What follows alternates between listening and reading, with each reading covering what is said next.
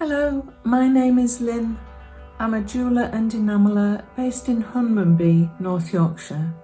I'm going to take you on a short tour of my studio for North Yorkshire Open Studios, which I'm delighted to be part of. Welcome to my studio.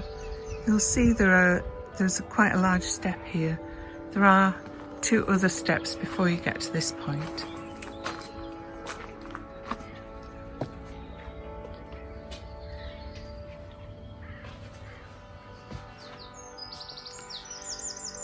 This is where I clean the copper bowls and apply the first coat of enamel before I fire them in the kiln. It's also where I do any dirty work like polishing and washing jewellery. You can see a polishing motor here with its little cover to stop the polishing materials splattering back in your face. A spray for spraying the glue onto the copper bowl after I've cleaned it, and a view back into the garden. It's a lovely day here today, so come on through, up another step, and here's the main studio. This is where I do most of the work. The benches here I use for teaching. When I'm teaching, they'll be clear for each student. And then there's a large table with a lot of metal smithing tools and my main jeweller's bench in the far corner there. Take you over there to have a look. So I've got things like my bench pin or bench peg. This is where you sit and do the main work. You rest your work on here. You can saw things out. My beautiful saw over there. Another kind of polishing motor. Here's some work in progress. Some new bowls that I've started based on my sketches of the landscape and sketches of trees. I've been doing tree themed bowls for quite a while now, but I realised that I'd always done landscape panels, so I've started to try and bring that into the bowls too. A couple of sketchbooks propped here, 3 sketchbooks, and my enamelling notes in the background there. Ideas for jewellery, I think, probably. When I'm teaching, these workbenches are cleared for students, but at the moment, because of the situation, I seem to be using them all. More sketchbooks, my iPad under there. Then on the windowsill are some examples of work.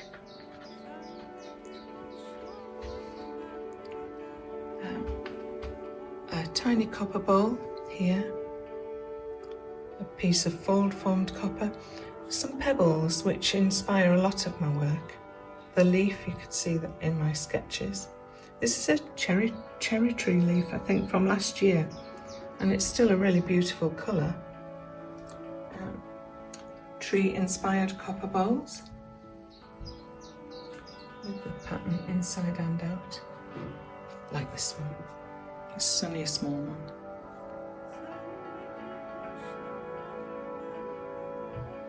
The technique I use for those is called Scruffito, where I apply a layer of enamel and then scratch through it and then fire it, so the lines oxidise.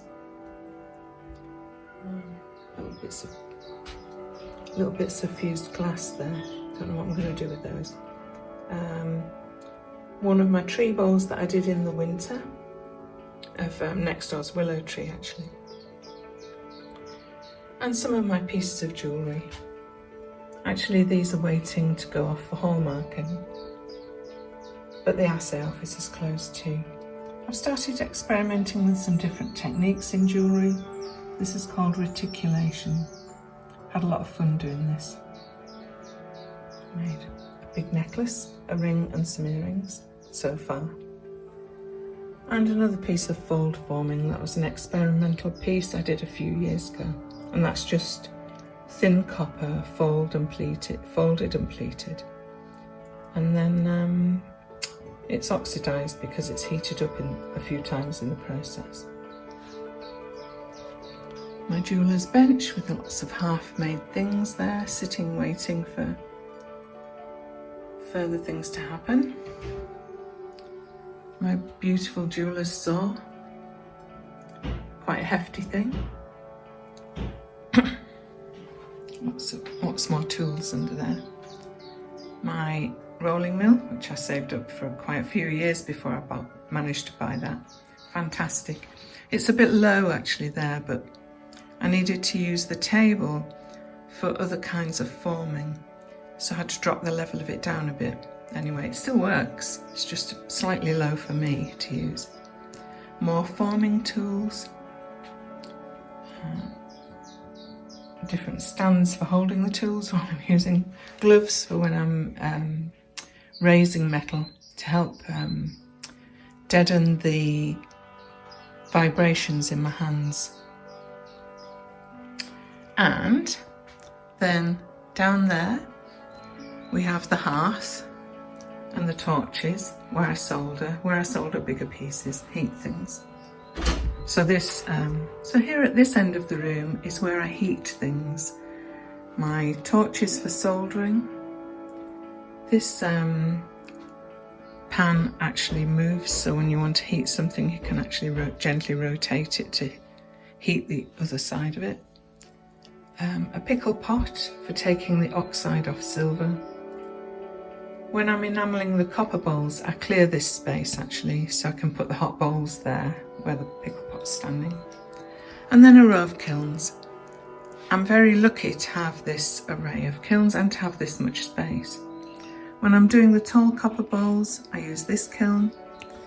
When I'm doing slightly more shallow or flat ones, I use this one.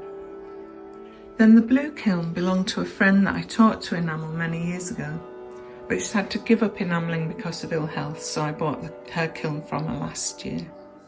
And it takes a bigger, flatter panel than any of my others. I was going to sell it on, but I've decided I really like it. And then 2 tiny kilns for jewellery making, and some tubs of Thompson enamels there, waiting to be used. They've just arrived actually from Denmark, where Thompson enamels come from. Then one of my enamel panels on the wall there, showing how I've always used the landscape in my sketches. I used to live in Glazdale Dale, so I quite often sketch upon the moors. It's taken me a while to get used to living down here in Humberby, but of course I've got access to the sea now.